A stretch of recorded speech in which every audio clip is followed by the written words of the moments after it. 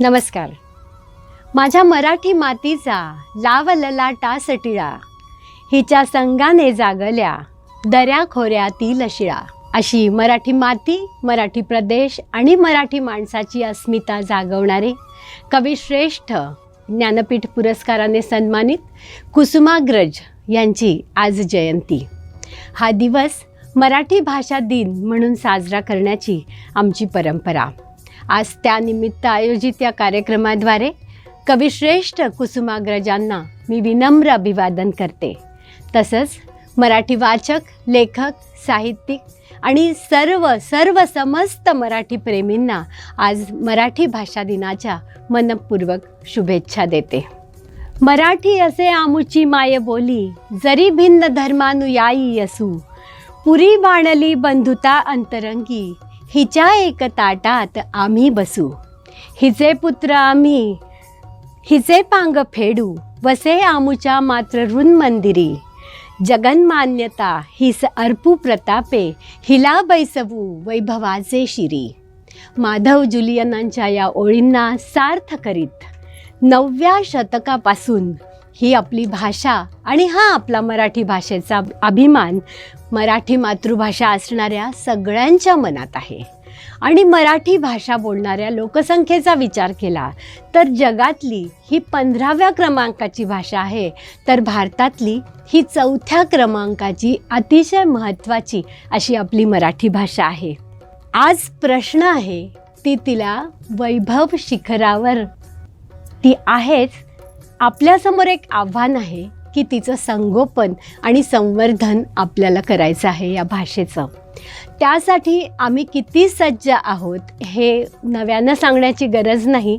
आणि त्याच उद्देशानं तोच विश्वास व्यक्त करत आज UCN नागपूर हे स्वाभिमान सादर करत आहेत. मराठी भाषेचा प्रचार आणि प्रसार करण्याच्या हेतूने एक काव्य प्राजक्त हे कवी संमेलन. आजच्या या कवी संमेलनात सहभागी कवी आहेत नागपुरातले सगळे सुप्रसिद्ध आणि अगदी नव्या दमाचे कवी, कवयित्री ज्योत्स्ना पंडित, कविश्रेष्ठ देवेंद्र मनगटे, नकुल जोशी आणि कवयित्री शलाका जोशी. मी या चौघांचंही स्टुडिओत मनपूर्वक स्वागत करते. नमस्कार. 2022 हे वर्ष कविश्रेष्ठ वसंत बापट, कवयित्री शांता शेळके आणि आपले विदर्भातले कवी शरदचंद्र मुक्तिबोध यांच्या जन्मशताब्दीचं वर्ष आहे. या तीनही कविश्रेष्ठांना आपण सुरुवातीलाच विनम्र अभिवादन करूया.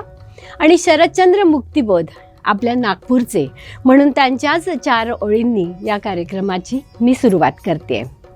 शब्दा माझी दडलेली कोटी कोटी व्हॉल्ट्सची, शब्दा माझी दडलेली कोटी कोटी व्हॉल्ट्सची, असे जीवनाची वीज, तिचा स्फोट करायास जाग जाग महाकवे, सोड सोड आता नीज.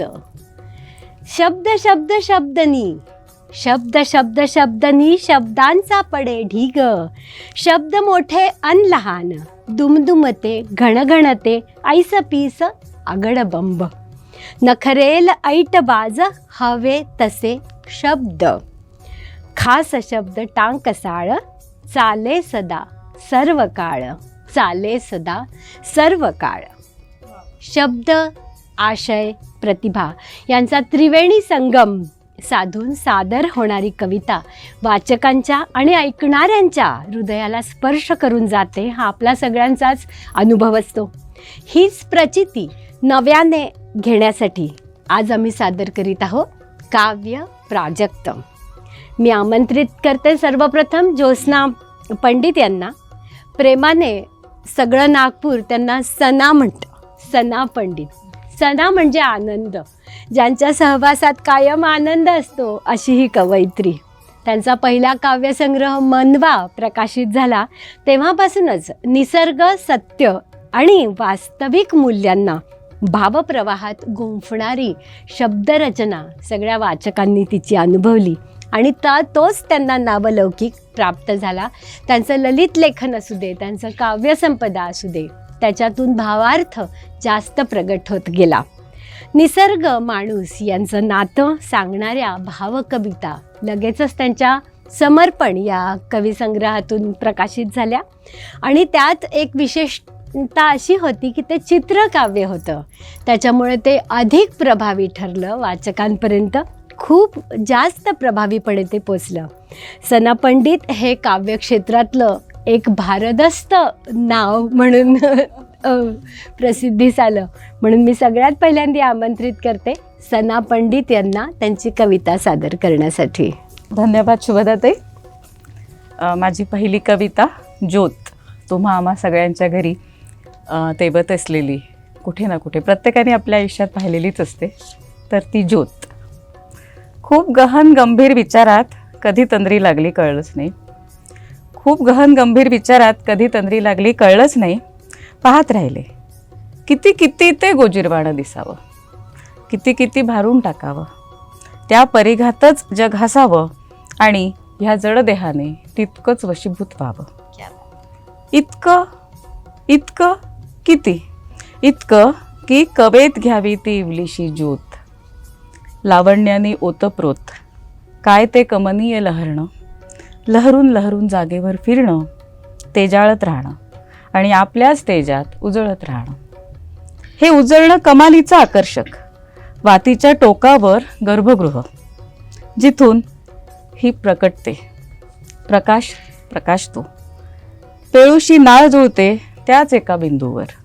ही ज्योत हळवी होते, थोडीशी म्लान होते, थोडी काळी निळीही होते. सुटायच्या भीतीने हो, पण तेवढीच सावरते. पेळूचे पीळ तिला भेटीला पुढे सरसावतात, तेल पिऊन पिऊन तिला पालवतात. ती शांतच, सौम्य, कोमल, इतकं कोमल कलिके इतकं, इतकं शीतल पाण्यात भिजूनही वाटत नाही जितकं ह्या ज्योतीला पाहून वाटतं. कसं होतंय हे? आपल्यातली विकारांची गरमी बहुधा कायम पेटलेली असावी. तिचं तेवणं अगदी आखीव रेखीव. अग्नी इतका रसरशीत कुठेच भासत नाही. ज्योत मात्र आहे रसाळ, रसरशीत. तिचं मध्यावरचं शालीन गर्भारपण, टोकाकडे निमुळतं, आवरतं नेमकेपण, अलिप्त वानप्रस्थातलं. ती आहे, तिचीच आहे, तिचंच जग. तिचं असणं हेच तिचं ब्रह्म नव्हे, तीच ब्रह्म. सारं सामर्थ्य तीच, अमोघ शक्ती भस्मसात करण्याची, अगदी जगालाही भस्मसात करण्याची. पण ती शक्ती प्रयोगाच्याही मोहापलीकडे. भयकारकता इतकी देखणी असण्याचं हे एकमेव उदाहरण. तिच्यातली नीरवताही कमाल. वाऱ्याने हल्ली, वादळ आलं, विजली तरी आवाज नाही. तुळशीजवळची येता जाता दिसणारी हसरी ज्योत आपले सगळे पाप ताप शांत करून जाते. केवढा आधार होतो तिचा. तिच्या भोवताली आपलं जग आकारतं, सुरक्षित. तिच्या उजळण्यात आपणही उजळतो, अंतर्बाह्य. ती तिच्या परिघातच शून्य अहंकार, आत्ममग्न विलसते, विलसतच असते आपल्या अफाट शक्तीसह. पेळू आणि दिवा, दिवा उरला तरी अस्तित्वाचा सोस अजिबात नाही. ती विजल्यावर दिव्याचं अस्तित्व मात्र संपतं. कुठे विरते ही? निरंजनासह तो दिवा असतो, असं अद्वैत दुसरं नाही. दिव्याखाली अंधार असं वर्षानुवर्षे म्हणतात, पण तो अंधार असतो? नाही, ती असते सावली. ज्योतीने दिव्याला दिलेली सावली, तिच्या शक्तीची सावली. तिची तिच्या तापापासून रक्षण म्हणून. ज्योत तिच्या अस्तित्वात जळत नाही, तेवत राहते. आणि म्हणूनच मला तिला कवटाळा असं वाटतं. क्या बात है, क्या बात है. सना पंडितांची ज्योत कविता ऐकताना मला त्यांच्याच 4 ओळी आठवल्या. भारून गेलेला क्षणक्षण इथला, भारून गेलेला कणकण इथला, दीप्तिवा मानती रजनी हासत. भारून गेलेला कणकण इथला दीप्तिमान ती रजनी हासत, दाही दिशांना साद घालती, मूक सोहळे मुक्त विलसित, मूक सोहळे मुक्त विलासित. शब्द चित्रातून चांदण्यांचा वर्षाव, नदीचा प्रवाह, परमप्रकाशाची बरसात करणारी मोहक कविता लिहिणाऱ्या सना पंडित केवळ कवयित्री नसून सांस्कृतिक क्षेत्र, समुपदेशन, साहित्य आणि पर्यावरण या चारही क्षेत्रात आपल्या कार्यकर्तृत्वामुळे नावारूपाला आलेले आहेत. लेखिका, वक्ता, इमोशनल हेल्थ एक्सपर्ट त्या आहेतच. त्या बेसिकली इंजिनियर आहेत. इंजिनियर आहेत. मराठी, हिंदी, इंग्रजी या तीनही भाषांवर त्यांचं एक वेगळंच असं प्रभुत्व आहे. चित्रकाव्य हा एक दुर्मिळ साहित्य प्रकार त्यांनी खूपच यशस्वीपणे हाताळला आहे आणि त्याची प्रदर्शनं महाराष्ट्रात अनेक ठिकाणी खूप झालेली आहेत आणि खूप त्यांचं नाव आहे महाराष्ट्रभर. अशी आशयसंपन्न आणि कलासंपन्न अशी ही गुणी कवयित्री आपल्या नागपूरची आहे, याचा आम्हाला सार्थ अभिमान आहे. आपले पुढचे कवी श्री नकुल जोशी. उदयोन्मुख कवी आहेत असं मी म्हणणार नाही त्यांना, कारण खूप वर्षापासून ते कविता करत आहेत. पण विदर्भातला माणूस जसा मागे राहतो त्याच्यासारखे ते मागे आहेत. पण एक अतिशय प्रतिभासंपन्न असा हा कवी आहे. विज्ञानाचा विद्यार्थी आहे त्याच्यामुळे आणि मायक्रोबायोलॉजी हा त्यांचा विषय असल्यामुळे त्यांनी मला म्हटलं होतं की तुम्ही मॅडम हे सांगू नका, पण मला सांगावंसं याच्यासाठी ते वाटलं की मायक्रोबायोलॉजी म्हणजे शब्दांचेही सूक्ष्म अर्थ, त्याच्या मागचा एक सूक्ष्म आशय आणि एक स्फूर्ती विज्ञानातून त्यांना मिळालेली त्यांच्या प्रत्येक काव्यात, शब्दात अधोरेखित होते आहे. हे मला त्यांचं विशेष वाटलं. म्हणून हा एक उदयोन्मुख नाही तर हा रुजलेला कवी आहे. लहान वयाने असले तरी मला त्यांचं खूप कौतुक वाटतं. आणि आज त्यांची जी कविता सादर होते, शिवा शिवा तू धाव, ही त्यांची अतिशय आशय संपन्न अशी कविता आहे. मुख्य म्हणजे सामान्यांच्या मनातल्या शिवाजीची प्रतिमा, तिला जास्त उजळ करणारी ही त्यांची कविता आहे. मी विनंती करते नकुल यांना आणि स्वाभिमान आमंत्रित करते त्यांची कविता सादर करण्यासाठी. धन्यवाद मॅडम.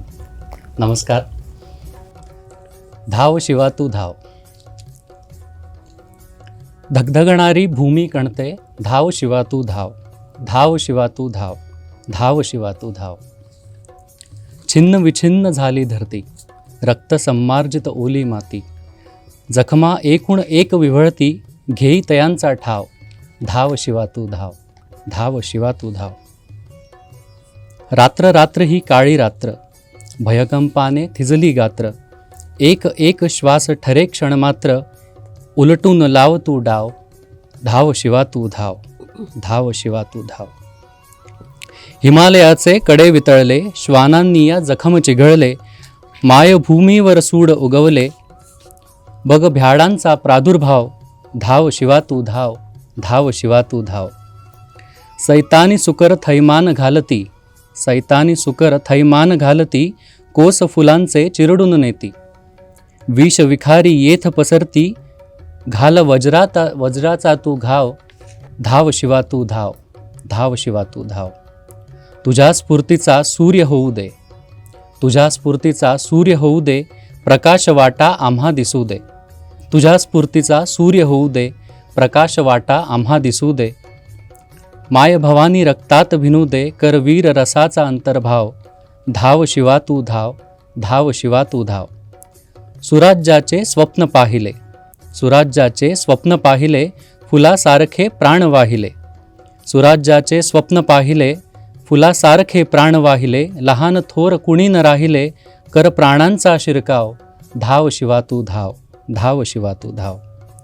हाही मावळा तोही मावळा, हाही मावळा तोही मावळा, सत्यात उतरवू स्वप्न सोहळा, हाही मावळा तोही मावळा, सत्यात उतरवू स्वप्न सोहळा. हर हर घोष सदैव या गळा, पुन्हा स्वराज्य एकच भाव, धाव शिवा तू धाव, धाव शिवा तू धाव. धन्यवाद. इतिहास, प्राचीनता, शूरता या गोष्टी कायम प्रेरक राहिलेल्या आहेत. आणि आपल्यासाठी शिवाजी ही तर आपली अगदी मनोज्ञ प्रेरणा राहिलेली आहे.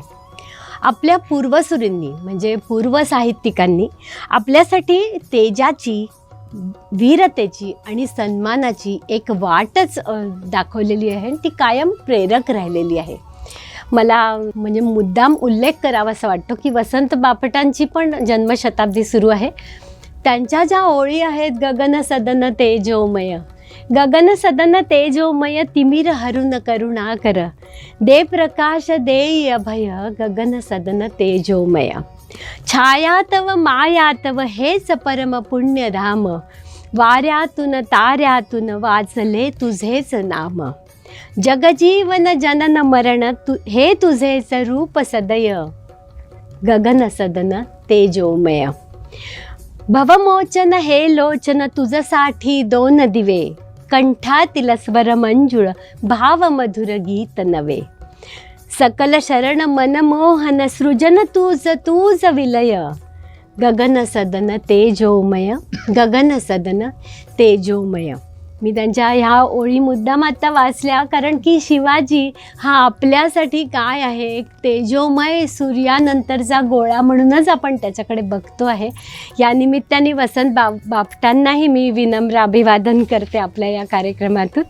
आणि आपले पुढचे कवी आहेत प्राध्यापक देवेंद्र मनगटे.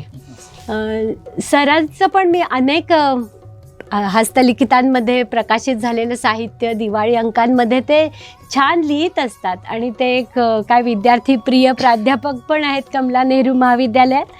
मूळ सर भद्रावतीचे आहेत, त्याच्यामुळे निसर्गाशी त्यांचं खूप जवळचं नातं आहे. आणि कर्तव्यशून्य स्वाभिमानी घोडा हे त्यांच्या पहिल्याच कविता संग्रहाचं नाव आहे. तेव्हा माझ्या लक्षात आलं की हा माणूस कुठला तरी जंगलातला असला पाहिजे, त्याचं मूळ जंगलातलं आहे. पण त्यांच्या ह्या पहिल्याच कविता संग्रहाला राज्यस्तरीय पुरस्कारांनी सन्मानित केलेलं आहे. ललित लेखन पण त्यांचा हातखंड आहे, त्याच्यासाठीही अतिशय आशयसंपन्न असं ललित लेखन सरांच्या हातून घडलेलं आहे.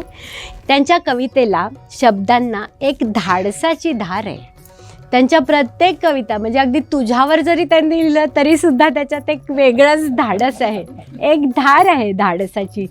निरपराध, कष्टकरी यांच्या संवेदनाचा एक तीक्ष्ण स्वर आणि एक आवेश त्यांच्या कवितांमध्ये आहे. म्हणूनच त्यांची मनापासून कविता येते असं वाचकाला नेहमीच वाटत राहतं. नुकताच सृष्टी बहुउद्देशीय संस्था, युवा संस्था अकोला याचा त्यांना यावर्षीचा साहित्यरत्न पुरस्कार त्यांना जाहीर झालेला आहे. मी त्यांच्या या संपूर्ण कारकिर्दीबद्दल त्यांचं अभिनंदन करते आणि त्यांना आमंत्रित करते त्यांची कविता सादर करण्यासाठी. सर्व प्रेक्षकांना मराठी भाषा गौरव दिनाच्या हार्दिक शुभेच्छा. माझ्या पहिल्या कवितेचं शीर्षक आहे तुझ्या नावावर. लोकशाहीच्या तेलाने पेटत्या पुरोगामी देशाच्या बुडाखाली राजरोज खोदल्या जात आहेत निरपराध कष्टकऱ्यांच्या कबरी. लोकशाहीच्या तेलाने पेटत्या पुरोगामी देशाच्या बुडाखाली राजरोज खोदल्या जात आहेत निरपराध कष्टकऱ्यांच्या कबरी. आणि कित्येक नव्या विद्रोहाचे हात पाय आणि हक्कासाठी उठलेले डोके कापून लटकवले जात आहेत तुझ्या प्रवेशद्वारावर. लोकशाहीच्या तेलाने पेटत्या पुरोगामी देशाच्या बुडाखाली राजरोज खोदल्या जात आहेत निरपराध कष्टकऱ्यांच्या कबरी. आणि कित्येक नव्या विद्रोहाचे हात पाय आणि हक्कासाठी उठलेले डोके कापून लटकवले जात आहेत तुझ्या प्रवेशद्वारावर. तेव्हा लोकशाहीचा भेसूर ढोल बडवणाऱ्या देशा पुन्हा एका नवजात विद्रोहाचा गळा कापल्याचे पाप नोंदवणार आहे मी तुझ्या नावावर. पुन्हा एका नवजात विद्रोहाचा गळा कापल्याचे पाप नोंदवणार आहे मी तुझ्या नावावर. हे भांडवलशाहीला धार्जिण्या देशा प्रत्येक हाताला काम आणि पोटाला भाकर देण्याचे तुझे दावे फोल ठरल्यावर. हे भांडवलशाहीला धार्जिण्या देशा प्रत्येक हाताला काम आणि पोटाला भाकर देण्याचे तुझे दावे फोल ठरल्यावर चाकावर धावणारे हात करून घेतील आत्मघात. तेव्हा लेकरा बाळांच्या पोटासाठी भांडी कुंडी विकून झाल्यावर. हे भांडवलशाहीला धार्जिण्या देशा प्रत्येक हाताला काम आणि पोटाला भाकर देण्याचे तुझे दावे फोल ठरल्यावर चाकावर धावणारे हात करून घेतील आत्मघात. तेव्हा लेकरा बाळांच्या पोटासाठी भांडी कुंडी विकून झाल्यावर आया इज्जतही विकतील नाक्यावर. तेव्हा कलम 376 अंतर्गत त्यांच्यावर बलात्कार केल्याचा गुन्हाही नोंदवणार आहे मी तुझ्या नावावर.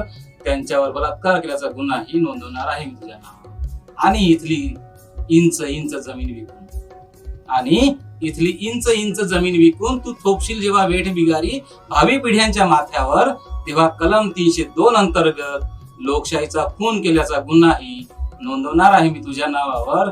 तेव्हा कलम 302 अंतर्गत लोकशाहीचा खून केल्याचा गुन्हाही नोंदवणार आहे मी तुझ्या नावावर. हे सारं झाल्यावर अनाथ गुलामांचे जथ्थे पचकन थुकतील तुझ्या तोंडावर आणि देतील सनसनी शिवी. तेव्हा हे माझ्या देशा तू मुळीच वाईट वाटून घेतोस, कारण तेव्हा तू खरोखरच भांडवलशाहीचा दलाल झालेला असशील आणि आम्ही सारेच तिचे गुलाम. तेव्हा भांडवलशाहीचा दलाल झालेला असशील आणि आम्ही तिचे सारेच गुलाम. धन्यवाद. क्या बात है. मला आठवलं, केशव मेश्राम म्हणतात की स्वतःवरचा जगावरचा विश्वास जेव्हा उडून जातो, जगावरचा विश्वास जेव्हा उडून जातो, माऊलीची कूस बनून शब्दच मला जवळ घेतो, माऊलीची कूस बनून शब्दच मला जवळ घेतो. इतकी खणखणीत प्रतिभा आणि शब्दांनी त्यांना जवळ घेऊन, ते किती प्रतिभासंपन्न कविता आहे सर तुमची. खूप खूप छान कविता सादर केलीत तुम्ही. म्हणून कवीबद्दल कुसुमाग्रजांनी जे म्हटलं आहे की दूरस्थ कुणी दे तुझ्या करी ही कविता, दूरस्थ कुणी दे तुझ्या करी ही कविता, वाहते जिच्यातुनी त्याची जीवन सरिता. खळखळे खळखळे अडखळे सुके कधी फेसाळे, परी अखंड शोधे वाट समुद्राकरिता, परी अखंड शोधे वाट समुद्राकरिता. कुसुमाग्रजांनी मराठी भाषेला समृद्धीची वाट दाखवलेली आहे. खरं म्हणजे ही नवनवी कवींची प्रतिभा शब्दांनी आजच्या दिवशी प्रकाशित होते आहे, सगळ्यांना ऐकायला मिळते. हे सुद्धा भाग्यच आहे आपलं सगळ्यांचं. मी पुढच्या कवयित्रींना आमंत्रित करते, शलाका जोशी.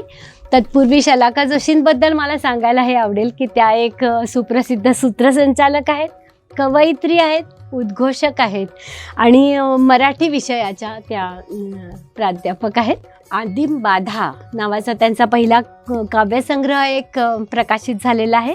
वैदर्भीय निसर्ग कवी याच्यावर त्यांचं प्रबंध लेखन सुरू आहे आणि त्या अत्यंत उपक्रमशील आहेत.